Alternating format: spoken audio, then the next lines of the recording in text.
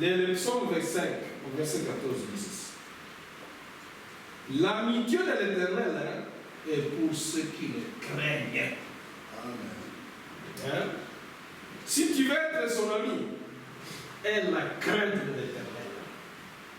Si tu veux aussi, si tu es libre, si tu veux être l'ennemi de Dieu, alors n'aie pas la crainte de l'Éternel. Supprime ça dans ton cœur. Tu seras donc l'ennemi de Dieu. C'est quoi la crainte de l'Éternel? C'est dit là, c'est la haine du péché. Il y a deux choses que nous devons vraiment comprendre. Il y a le péché, il y a aussi la haine du péché. Donc, vous pouvez justement venir à l'église, voir que vous n'aimez pas, vous ne péchez pas, mais la haine, l'amour du péché est encore là, le désir du mal. Mais celui qui a la haine de la chose, il peut tomber dans le péché comme tout le monde. Mais il ne sera pas tranquille, puisqu'il a la haine du péché. En fait, maintenant, l'esprit mondain détruit ça en nous. L'esprit mondain va détruire la conscience du péché dans notre cœur. C'est ça qu'il a détruit dans le cœur de ces deux fils d'Élie.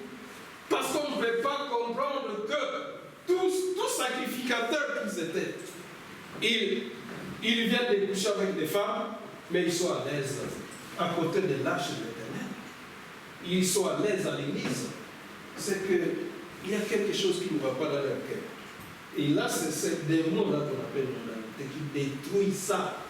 Il détruit la conscience du péché. Donc, en toi, il n'y a plus la haine du péché.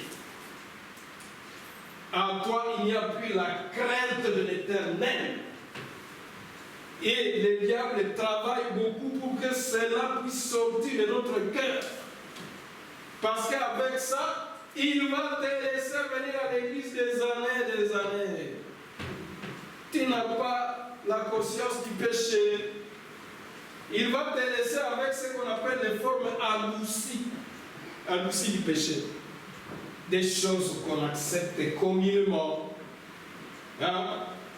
C'est ce qui va rester dans ton cœur. Il sait que tu as pris au message avec la connaissance qui est augmentée. Il ne peut pas venir te proposer, par exemple, donc, voici une statue, maintenant tu vas te prosterner devant la statue. Il sait que tu vas le découvrir. Tu vas dire, non, ça c'est l'idolâtrie. Mais il va venir furtivement, malignement. Dis, allez, alors au foot, toi qui n'as pas le courage de dire amen ici, mais là, tu n'es qu'un idolâtre. Tu as de l'idolâtrer. Ta joie, c'est dans le foot. Donc la joie la plus élevée pour toi, c'est le foot. Tout ce qui passe avant Dieu, c'est ça et Dieu. Quand c'est le foot, c'est ton Dieu. Quand c'est ton ami, c'est ton Dieu, celui-là. Quand c'est ta femme, c'est ta déesse. Ainsi de suite. C'est la chose à laquelle tu donnes plus d'importance que Dieu. C'est un Dieu. Mais le diable va beaucoup te tromper. Alléluia. Donc, tu vas être un idolâtre sans le savoir. Tu es en train d'idolâtrer le ballon. Il n'y a pas de différence avec celui-là qui se prosterne devant une statue. Alléluia. Voilà, il va te laisser avec une forme adoucie du péché, communément acceptée par le monde entier. Par exemple, il ne va pas venir, par exemple, dire, bon, maintenant, alors casser la banque pour voler, tu vas dire, mais ça c'est le diable, rien de moi, Satan. Mais tu ne sauras pas quand il vient te dire, il a dit, mais là, tu peux ne pas payer ça. Mais là, tu as volé aussi. Mais d'une manière un peu plus douce, qui est communément acceptée. Mais tu es un voleur comme celui-là qui est allé casser une banque. Voyez comment le diable le fait. Voyez comment la mondanité le fait. Voilà. Pour le maître, la même chose. Le diable sait que nous connaissons beaucoup. Les prophètes l'ont dit, l'Écriture a dit ceci, tout dans ce message. Il ne viendra pas avec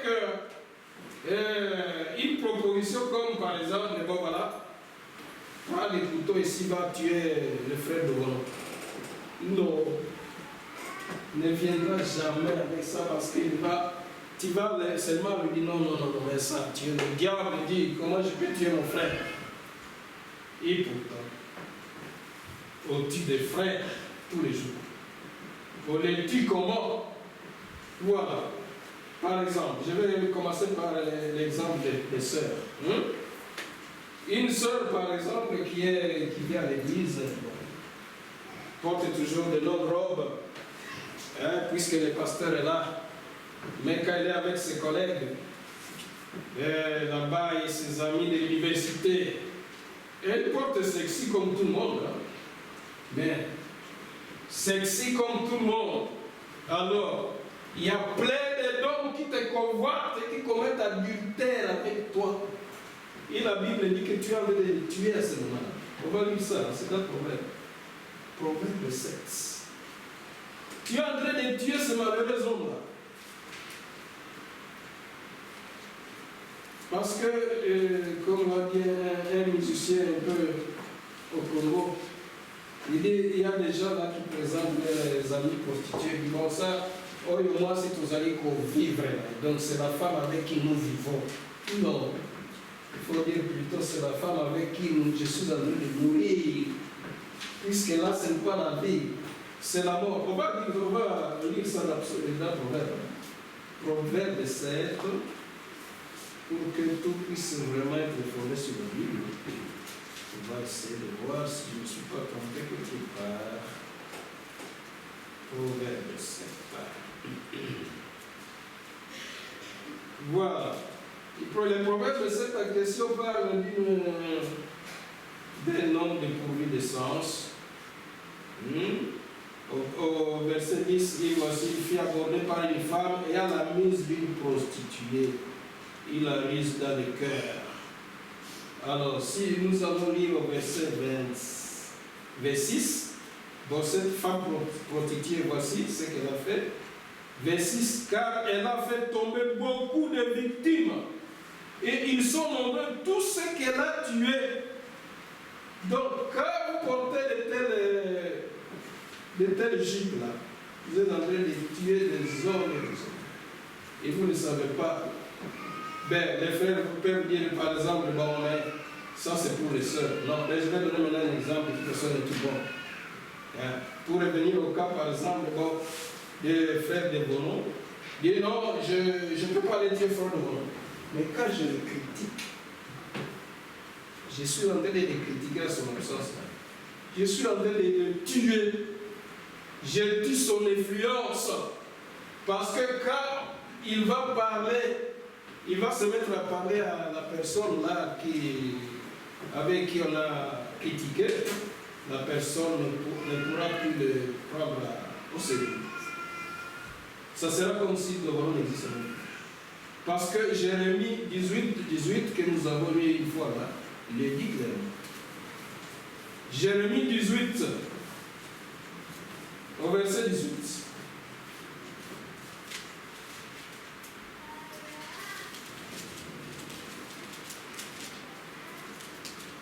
Ils ont dit, venez, complotons contre Jérémie, car la loi ne périra pas faute de sacrificateur, ni le conseil faute de sages, ni la parole faute des prophètes. Venez, tuons-le avec la langue. Ne prenons pas garde à tous ces discours. Donc on peut tuer quelqu'un juste avec la langue, avec tout ce que nous avons dit contre lui. Amen. On va terminer maintenant. Alors, vous voyez que l'esprit mondain n'est pas notre ami. Il est là seulement pour essayer de nous détruire. Donc, qu'est-ce qu'il faut tout simplement pour que cet esprit mondain puisse cesser d'être notre maître, il faut en être libéré complètement. Il ne faut pas divorcer avec un esprit comme ça, puisque les hommes sont de nature jaloux. Même si tu as divorcé avec cet homme-là, il continue à être jaloux, même il pourra te tuer quand tu es avec ton nouvel époux. Voilà. La seule chose, c'est que cet ancien maître doit être tué complètement. Mais comment on peut tuer l'esprit? La fête Colossienne dit, faites donc mourir les membres qui sont sur la terre. Hein? Et 1 Corinthiens 7,39 dit, une femme est liée aussi longtemps que son mari est vivant. Mais si le mari meurt, elle est libre de se marier. Donc aussi longtemps que l'esprit mondain est là, tu as tout juste divorcé avec cet esprit, tu es toujours à l'âge. La chose à faire, c'est que cet esprit puisse mourir en toi. Mais comment tu vas faire en sorte que cet esprit meure? En tant qu'humain, nous n'avons aucun pouvoir de tuer les esprits. Il faut donc chercher un esprit supérieur. Et l'esprit supérieur, c'est l'esprit de Jésus-Christ. C'est le Saint-Esprit, tout simplement. Donc, être baptisé du Saint-Esprit, celui-là va s'occuper de la mondanité qui traîne en nous. Alors, c'est là où je vais terminer dans Galates 5, 4. Galates 5, 4. 5, 4. Ceux qui sont en Jésus-Christ, donc quand tu es à Jésus, ont crucifié la chair avec ses passions, ses désirs. C'est seulement ça la solution. C'est seulement avoir l'esprit de celui-là qui est plus fort que l'esprit mondain en nous. Nous allons nous arrêter là pour adorer le Seigneur. Que le Seigneur nous bénisse tous. Amen. Amen. Nous allons mettre debout.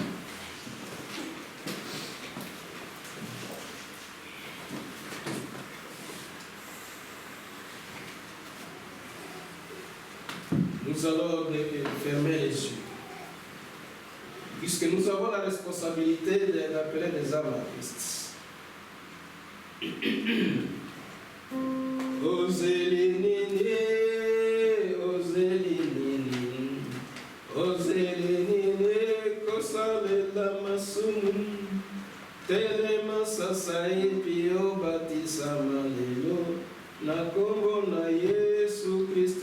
Amen. Les cantiques disent, mais qu'est-ce que tu attends pour que tu aies la victoire sur tous ces esprits, des esprits mondains? Il n'y a qu'un seul esprit qui peut t'aider. Voilà, c'est un esprit qui a dérangé le monde entier, qui est entré dans l'église. Maintenant, si tu te fais baptiser au nom du Seigneur Jésus-Christ, tu recevras le Saint-Esprit de Dieu qui va te donner de la victoire sur le monde et les choses de ce monde. Est-ce qu'il y a quelqu'un au milieu de nous qui n'a jamais été baptisé au nom du Seigneur Jésus-Christ et qui aimerait se faire baptiser aujourd'hui? Nous serons dans la joie de le faire baptiser. Nous avons un frère à Christ qui a même tout un baptistère chez lui. Et nous allons l'emmener là pour qu'il se fasse baptiser au nom du Seigneur Jésus-Christ. Est-ce qu'il y en a parmi nous? Il ne faut pas avoir honte de Jésus, puisque celui qui aura honte de lui, lui aussi aura honte de lui. Elle deviendra dans la gloire du Père. Il n'y a toujours personne. Peut-être nous tous, nous sommes déjà baptisés au nom du Seigneur Jésus-Christ. Il faut venir avec nos amis, vos condisciples qui ne connaissent pas encore Jésus. S'ils sont là, ils pourront peut-être prendre position pour Jésus-Christ. Bon, c'est pas grave. Alors, nous allons prier pour tous ceux qui ont des soucis. Tous mes soucis, alléluia, tous mes soucis. Mon sauveur les a pris, amen. Tous mes soucis, mon sauveur les a pris. C'est à la croix, alléluia. C'est à la croix qu'il annonce les croix, amen. C'est à la croix, oui, c'est à la croix qu'il annonce les croix. Tous ceux-là qui ont un souci, ils lèvent la main, on va prier ensemble. Merci, merci. Prions le Seigneur. Dieu notre Père, tu vois les mains qui sont levées, Seigneur. Ces mains sont levées vers toi. Il y a derrière ces mains des soucis, de diverses natures. Et nous venons de chanter que tous nos soucis, toi tu les as pris, tu les as cloués sur la croix de bois, sur le calvaire, quand tu pouvais dire tout est accompli. Seigneur Jésus, étends ta main sur mon frère Jean. Étends ta main sur ma soeur Sarah. Étends ta main sur mon frère Alain. Ils ont levé la main. C'est toi qui connais leurs soucis, Seigneur. Ils sont venus ici parce que, oh Dieu, tu es terrible dans l'assemblée de saints. Manifeste encore ta terribilité. Et que mes frères et sœurs ne puissent pas retourner avec leurs soucis. Accorde-moi cela, Seigneur. Et que la prochaine fois, oh Dieu, toutes ces requêtes puissent être transformées en action de grâce. Et toute gloire ne pourra retourner qu'à toi et à toi seul. Au nom de Jésus-Christ. Amen. Amen. Alléluia. Nous allons, je vais terminer par là. Je vais remettre la chair au pasteur. Vous pouvez vous asseoir.